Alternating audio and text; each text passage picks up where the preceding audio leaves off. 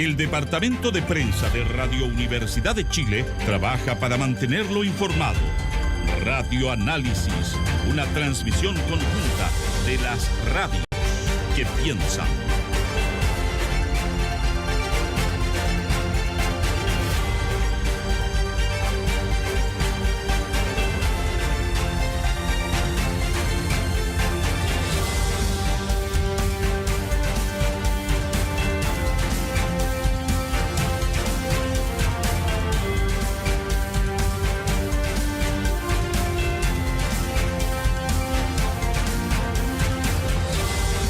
Son las 8:08. Queremos saludar a esta hora de la mañana y agradecer la presencia en nuestro estudio del ministro de Seguridad Pública y, como estaba en la Radio Universidad de Chile, siempre digo en la presentación, también profesor de nuestra Facultad de Derecho, Luis Cordero. ¿Cómo está, ministro? Bienvenido. Gracias por poder conversar esta mañana. Muchas gracias. Muy buen día.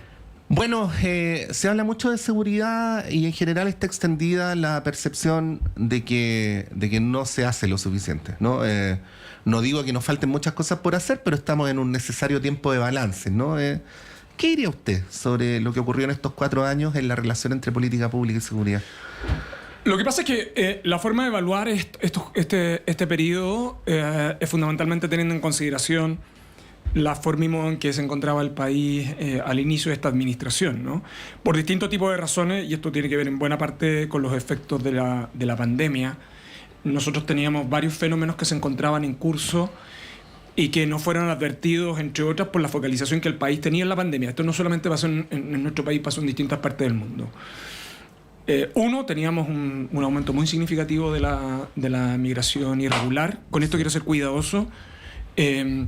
No es porque la migración forzada, principalmente por la crisis de Venezuela, hubiese implicado que migración es lo mismo que delincuencia, sino que fundamentalmente, sobre todo cuando hay oleadas de migración forzada muy grandes como la que ocurrió con Venezuela, las estructuras criminales ocupan esas migraciones forzadas para la comisión de sus delitos. De hecho, la principal víctima en esos casos tienden a ser precisamente migrantes.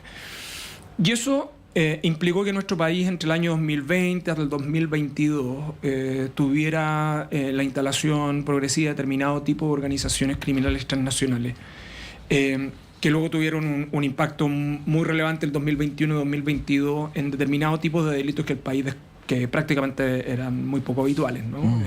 Estamos hablando de secuestros extorsivos, estamos hablando de delitos predatorios, de los cuales habitualmente las víctimas tienden a ser migrantes, ¿no? Trata de personas, tráfico de migrantes, en fin.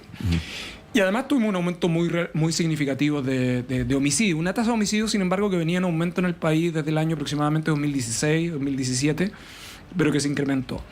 Lo segundo es que nosotros veníamos, en el caso de la macrozona sur, con un aumento bien importante de la violencia.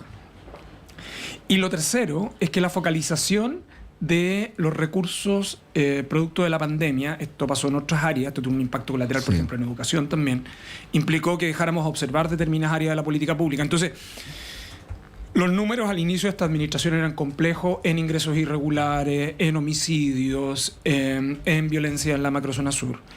Y esos fueron vectores claves en la discusión de seguridad. Ahora, ¿esto qué implicó, no?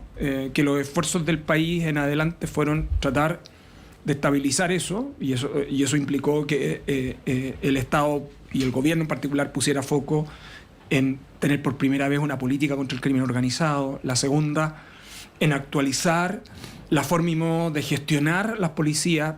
Fíjese que por distintos tipos de razones los presupuestos en materia de seguridad no habían crecido. Segundo, el parque vehicular de Carabineros no había tenido una renovación. Alguien me dirá, pero ¿qué importa el parque vehicular? Importa mucho porque una tasa muy eficaz de evaluación para efectos de prevención está asociado al número de patrullaje, y eso tiene que ver con la disponibilidad que tiene de recursos, en fin. Sí. Lo segundo que yo creo que dio origen a estrategias de avance que fueron más bien los incentivos de acuerdos transversales gobierno-oposición. Chile actualizó su legislación como nunca lo había hecho antes. Se habla mucho de más de 70 leyes, pero en estricto rigor es la calidad de esas leyes. Legislamos en temas como delitos económicos, hubo regulaciones muy significativas para abordar organizaciones criminales, etc. Y yo diría que lo tercero es que el país cambió el enfoque en materia de seguridad, o sea, le puso un enfoque más integrado cosa que termina por cerrar ahora con la aprobación de ley de seguridad municipal, y le da esta dimensión de que seguridad pública no solo es persecución penal y policía, sino que también una dimensión preventiva en la cual nosotros debemos poner mucho énfasis y que requiere dimensiones de muy largo aliento. Lo voy a plantear en los siguientes términos, y no esto termino. Usted puede tener mucho foco en intervención policial y persecución penal, pero eso tiene unos ciertos niveles de eficiencia. A partir de ahí en adelante, el Estado tiene que tener intervenciones más estructurales. Ya, ahí me quiero quedar, ministro, porque lo que usted dice es del todo razonable, ¿no? La política de seguridad es mucho más que la persecución penal.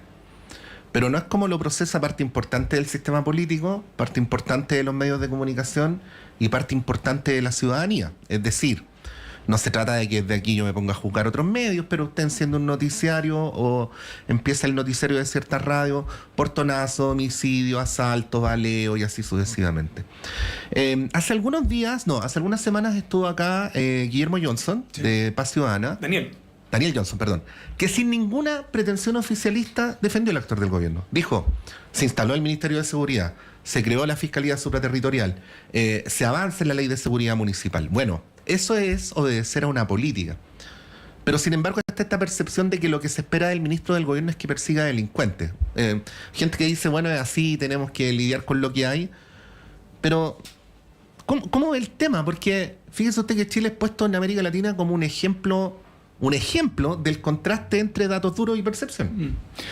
A ver, hay varias yo diría que hay como 3 órdenes de cosas que uno debería tener en consideración para esto. La primera es que los temas de seguridad, migración y costo de la vida han marcado las elecciones de los 5 últimos años en buena parte de los países. La gente vota influenciada por eso, totalmente. Y en buena parte de los países del mundo. Lo segundo es que Chile tiene una particularidad adicional y teniendo en su...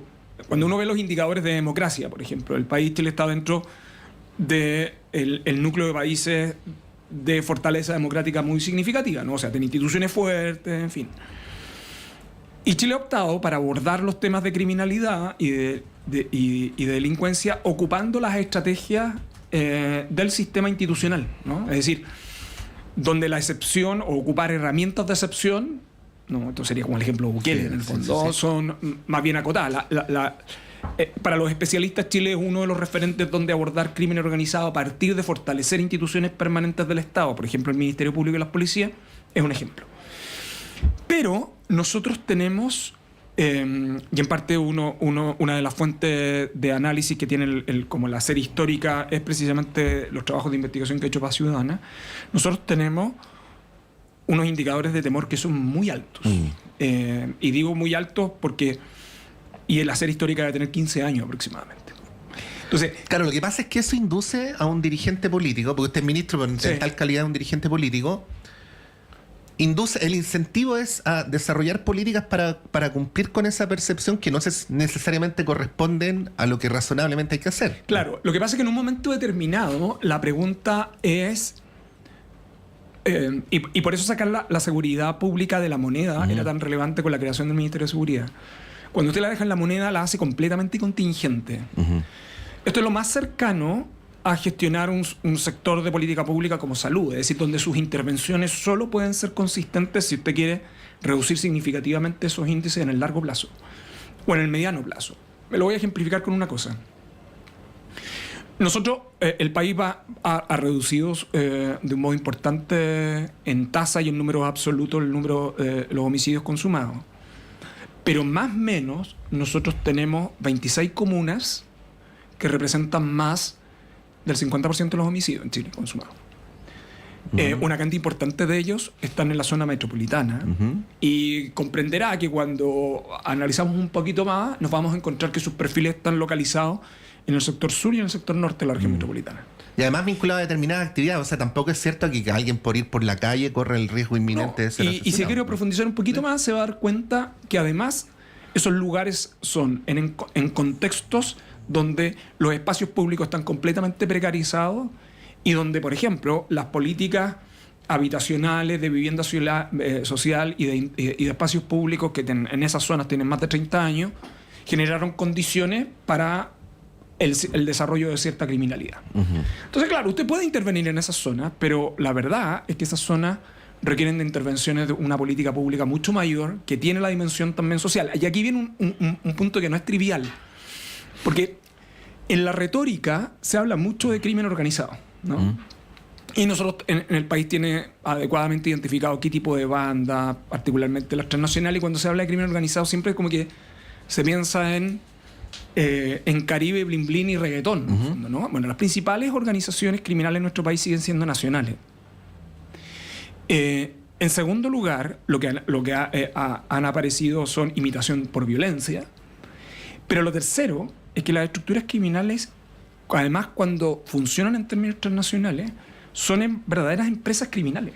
O sea, son empresas que funcionan y explotan la ilegalidad y por lo tanto maximizan sus beneficios en el límite, y por eso son capaces de explotar al ser humano en el fondo, ¿no? Sus niveles de rentabilidad son muy altos. Entonces la cara visible en las calles, quiero decir, de esas organizaciones son una parte muy menor de la organización. Son una parte menor, pero que tiene determinado tipo de indicios, ¿no? Cuando tiene determinado tipo de personas bajo explotación sexual que no eran habituales en un determinado lugar, o bien hay determinado tipo de microcrimen que luego es sumado en su globalidad y que opera con un mecanismo de flujos de dinero. Por ejemplo, estos robos de celulares que se realizan por motochorro. En el fondo no es llegar y la sustracción del celular, sino que es una estructura que lo que hace es que luego los reduce y genera otra cantidad de beneficios. Lo que hay detrás de todo esto, en el fondo, es que los temas de seguridad pública suponen...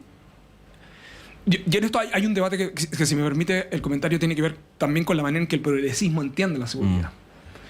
Preocuparse de seguridad en estos términos es una manera de preocuparse por la distribución de bienes públicos, porque regularmente las comunas más afectadas por este tipo de delitos son comunas que tienen precariedad de muchos servicios públicos, en el fondo. Entonces, cuando uno le da la vuelta a eso, uno logra comprender por qué los problemas de seguridad, mirados solo de la perspectiva del orden público y la persecución legal, tienen límites de eficiencia. Y ahí esta idea de que el próximo ministro tenga que ser un ex uniformado, no estoy hablando de nombre, no estoy hablando del gobierno siguiente en específico, sino de que esa idea responde a un imaginario, ¿no?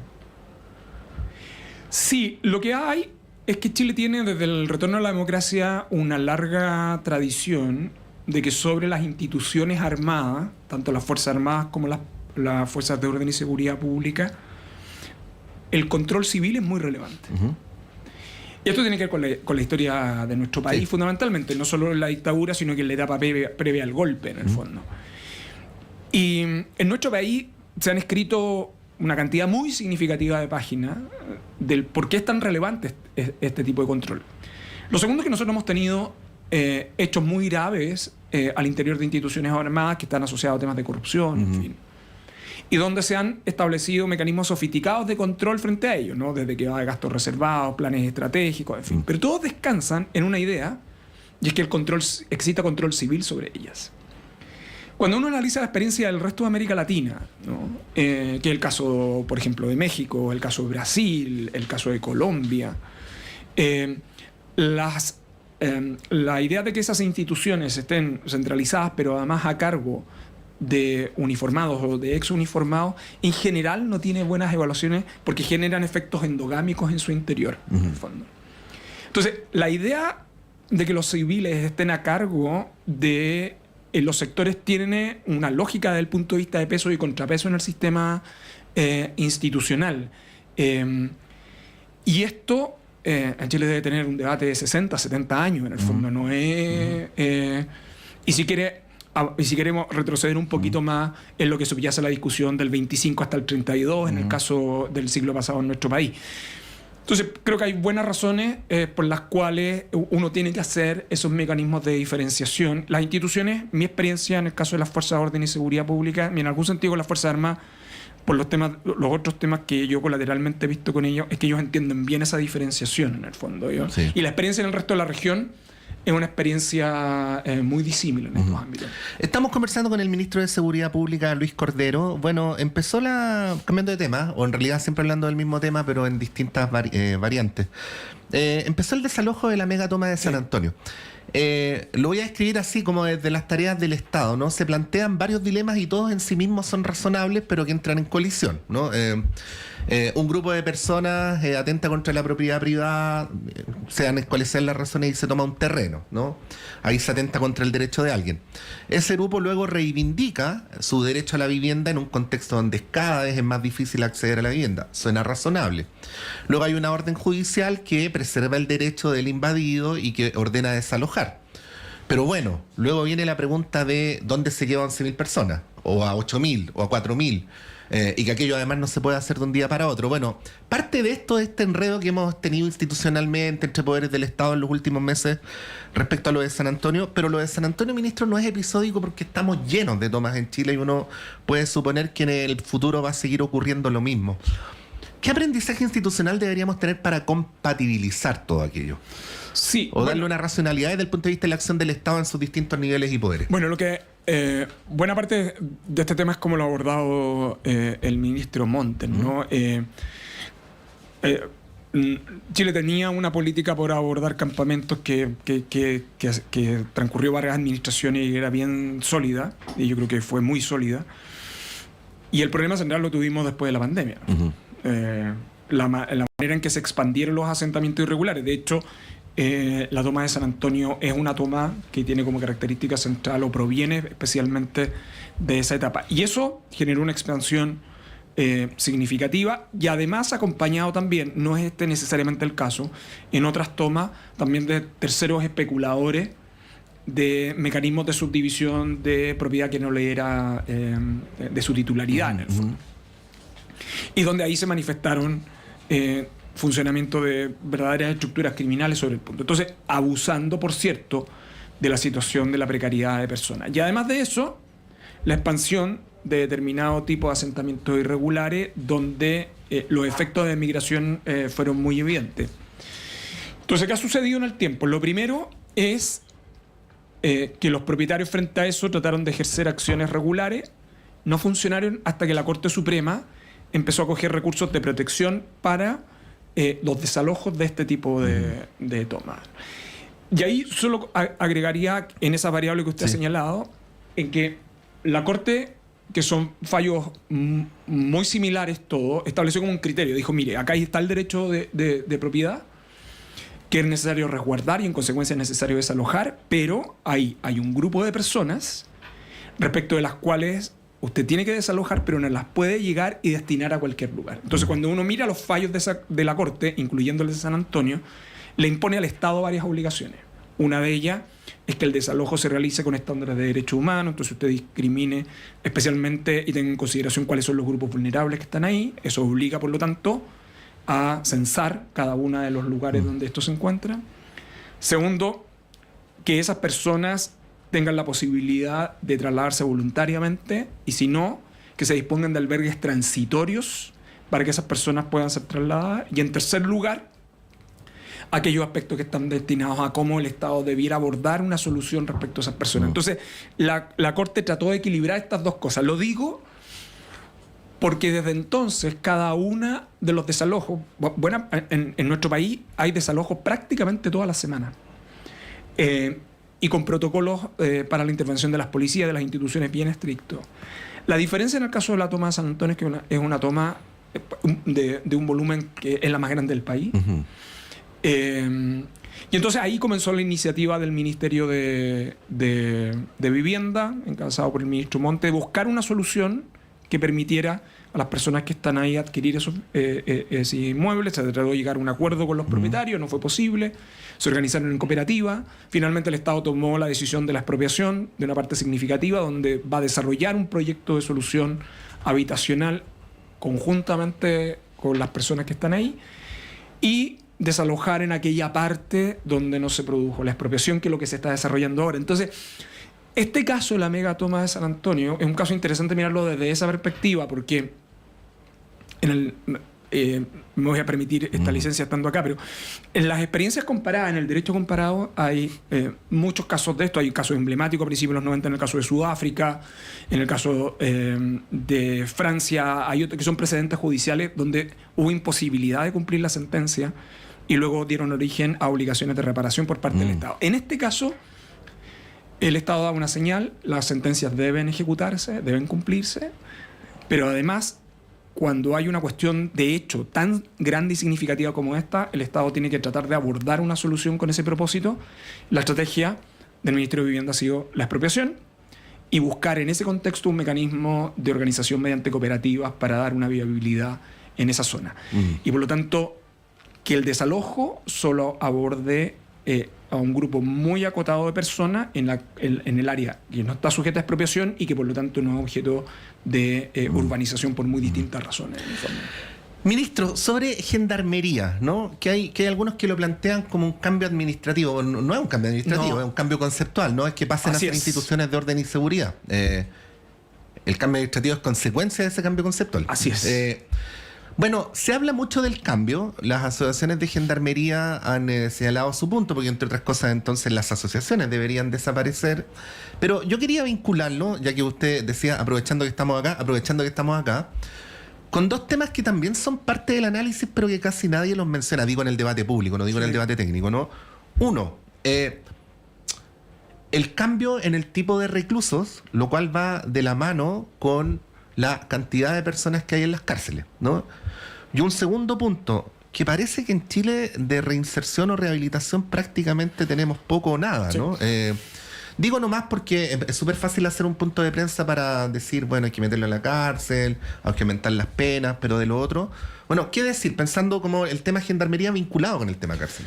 Yo creo que hay dos cosas que son distintas. Uno es cuál es el modelo institucional para abordar el sistema penitenciario y en segundo lugar es cómo ha cambiado nuestro sistema penitenciario y ese desafío. Voy a comenzar con lo segundo porque creo que es conveniente tener como ese panorama.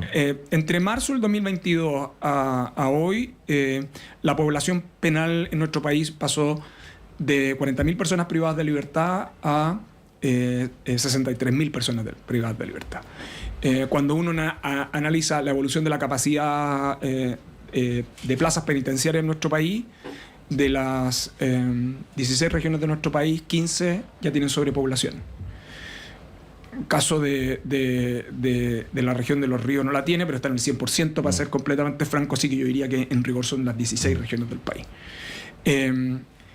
Lo siguiente es que este es el incremento de personas privadas de libertad más alto que la historia penitenciaria ha tenido en nuestro país, a la velocidad más rápida. La anterior de crecimiento que el país había tenido, en torno al 48%, esto es más del 50%, había estado entre el año 2004-2010, fueron 6 años, que fue la etapa de funcionamiento en pleno de la reforma procesal penal que resolvió casos más rápido y por lo tanto encarceló personas por más tiempo.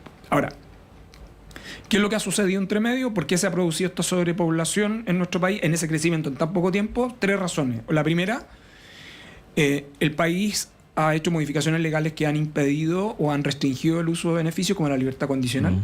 Voy a dar un ejemplo. No sé, hace 4 años teníamos 6.000 y fracción personas que anualmente accedían a libertad condicional.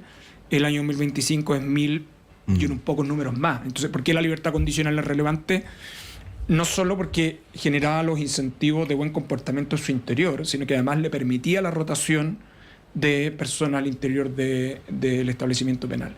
Lo segundo es que el país ha venido aumentando penas hace muchos años, pero la diferencia de hoy es que los jueces están dispuestos a aplicar efectivamente esos aumentos de pena, ¿no? Porque hay una diferencia entre la modificación legal y la disposición judicial de aplicar esa pena. Y lo tercero es que, claro, los recursos que el Estado ha invertido en policías y en fiscales y en medios ha generado, entonces, aumento de la eficiencia policial y de la persecución penal. Esto tiene un impacto. El impacto es aumentado esa población, además ha aumentado la población penal extranjera. Nosotros hace 10 años estaba en torno al 3%, el 2,5% de la población penal era extranjera, hoy día el 16%. Eso tiene un impacto en la cultura carcelaria, en fin. Y lo siguiente son los tipos de delito. El delito prevalente en nuestro país por décadas sigue siendo el robo, pero eso ha generado los mecanismos de sobrepoblación, genera condiciones de riesgo y además abordando una estrategia de crimen organizado que el país ha sido muy claro en el sentido de que si usted forma parte de una organización criminal, cometió un delito en el país o lo instruyó desde el extranjero, y si lo cometió y luego arrancó del país, el sistema penal chileno lo va a perseguir ahí donde esté. Entonces, ese tipo de organizaciones requiere segregación más eficaz. Ese es el panorama general. Ya, o sea, la sobrepoblación carcelaria no es solamente un problema humanitario, sino que es un problema de seguridad. Es un problema de seguridad. Y es un problema de seguridad actual y en el largo plazo, porque usted está condenando a personas a penas altas, pero esas personas van a salir en un momento determinado. Y segundo, cuando usted mira el perfil de las personas que están ahí, el 92% de las personas privadas de libertad son hombres y el 8% son mujeres. Nosotros hemos prácticamente duplicado el número de mujeres privadas de libertad. En el caso de las mujeres es todavía un poquito más dramático. El delito prevalente en el caso de las mujeres es ley 20.000, es droga, principalmente microtráfico. El 90% de las mujeres que ingresan a la cárcel son jefas de hogar. Y sus tasas de reincidencia son mayores que la de los hombres, porque el principal desafío de una mujer cuando sale de la cárcel es recuperar a sus hijos. Entonces, el acceder a recursos es clave en el desarrollo de su vida. Entonces, encarcelar mujeres tiene un efecto en su núcleo familiar que es muy relevante y en sus hijos que es muy impactante. Y luego cuando usted analiza ese 92% en el caso de los hombres, se da cuenta que cerca del 50% de esa población penal va a estar entre 20 y 30 y algo años. Entonces están en etapas productivas. Cuando usted analiza su escolarización, una cantidad importante de ellos no han terminado su escolarización básica o media. Si usted les pregunta, bueno, ¿cuántas capacitaciones de oficio tuviesen antes de ingresar a la cárcel? Solo el 80% señala que ninguna. Entonces, cuidado, porque... Entonces, ¿por qué poner énfasis en reinserción? Porque por conveniencia y por convicción, usted tiene que evitar que esas personas que están hoy día privadas de libertad, cuando salgan, aun cuando usted le quiera aplicar las penas más altas, cuando salgan, sean personas que no vuelvan a reincidir. Claro, que no se generen las condiciones para que haga lo mismo. Y esas personas vuelven a sus lugares, a su domicilio. Por eso es tan relevante, por ejemplo, hacer el match. Esas personas, dónde viven, dónde están sus familias, cómo los municipios, por ejemplo, pueden ayudar a reinsertar a esas personas en sus propias comunidades. Entonces, o por conveniencia o por convicción, pero el país tiene que abordar los temas de reinserción. Entonces, en ese contexto, dividir las competencias de control penitenciario con reinserción es muy relevante para que reinserción tenga una dimensión de política pública que pueda ser evaluada separadamente. Y por eso, una institución en seguridad y la otra en justicia, porque también es un mecanismo de peso y contrapeso de la política penitenciaria. Ministro, se nos acabó el tiempo, estamos pasados, pero tengo 10 preguntas más, pero no alcanzamos la última. Y en tal contexto, usted acaba de decir, todas las regiones de Chile tienen sobrepoblación penal. La idea de tipificar como delito el ingreso irregular al país, ¿mejora la situación o no la mejora? Chile tenía ese delito con anterioridad, se modificó. Cuando uno analiza penas y delitos, tiene que tener claro cuáles son los incentivos que genera respecto de los destinatarios. En la situación de las personas migrantes, especialmente el tipo de migración que llega al país por el norte, es en condiciones extremadamente dificultosas. La pregunta es si eso hace la diferencia, especialmente cuando el país tiene ciertas restricciones para la expulsión, que yo creo que es el énfasis donde nosotros debiésemos tener consideración. El mayor volumen de personas que pueden ser susceptibles de expulsión en nuestro país son de nacionalidad venezolana, pero objetivamente no las podemos expulsar porque el país no las recepciona. Con el resto de los países de la región no tenemos inconvenientes en ese sentido.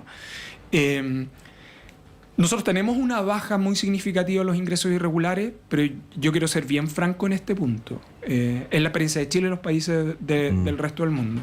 Cuando usted tiene una crisis social, económica y política en un país que genera migración forzosa, que fue el caso de Venezuela, que es más drástica que la de Siria, esa diáspora tiene una dimensión que va más allá estrictamente de mirar la frontera local. Esa es cooperación regional. El 80%, es más o menos lo que dicen los expertos, el 80% cuando hay crisis de estas naturalezas, de las personas que migran lo hacen en los barrios y en los entornos. Por eso uno tiene que también preocuparse de la forma y modo en que funcionan las democracias de los vecinos, porque un colapso político y económico en esos lugares genera impactos migratorios que son muy significativos. Sí, las cifras actualizadas hablan de casi 8 millones de personas que han salido de Venezuela en los últimos años. Y por eso, desde el punto de vista de seguridad, nosotros hemos estado observando lo que estaba pasando tanto en Venezuela como en Colombia, porque la manera en cómo se resuelve esa situación es si hay incentivo para, o se provoca migración forzada o no. Ministro Luis Cordero, muchas gracias por haber venido esta mañana. Muy buen día, muchas gracias. Son las 8:36, breve alto y nuestro panel de conversación.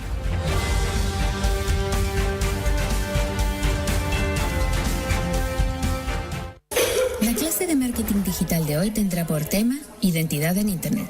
Cómo agregarle valor a tus contenidos en redes sociales. Yes. ¿Sabían ustedes que sus perfiles en redes sociales no son suyos? Ah, ¿no? No, porque la red social solo se los presta y si se van de ella, el contenido se pierde. Ya. Sí.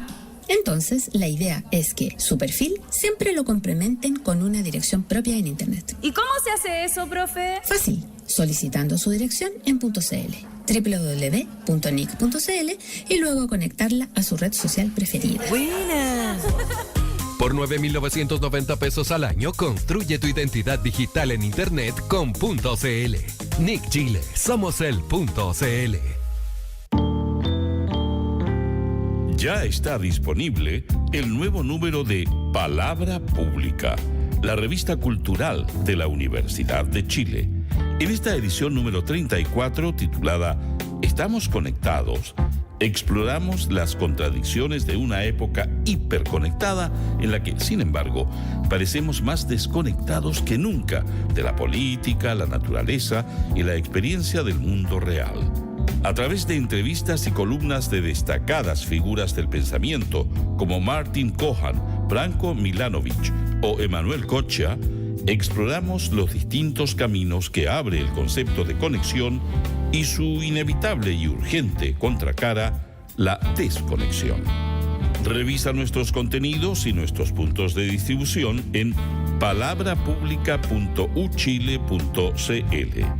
Palabra Pública, una revista de la Vicerrectoría de Extensión y Comunicaciones de la Universidad de Chile.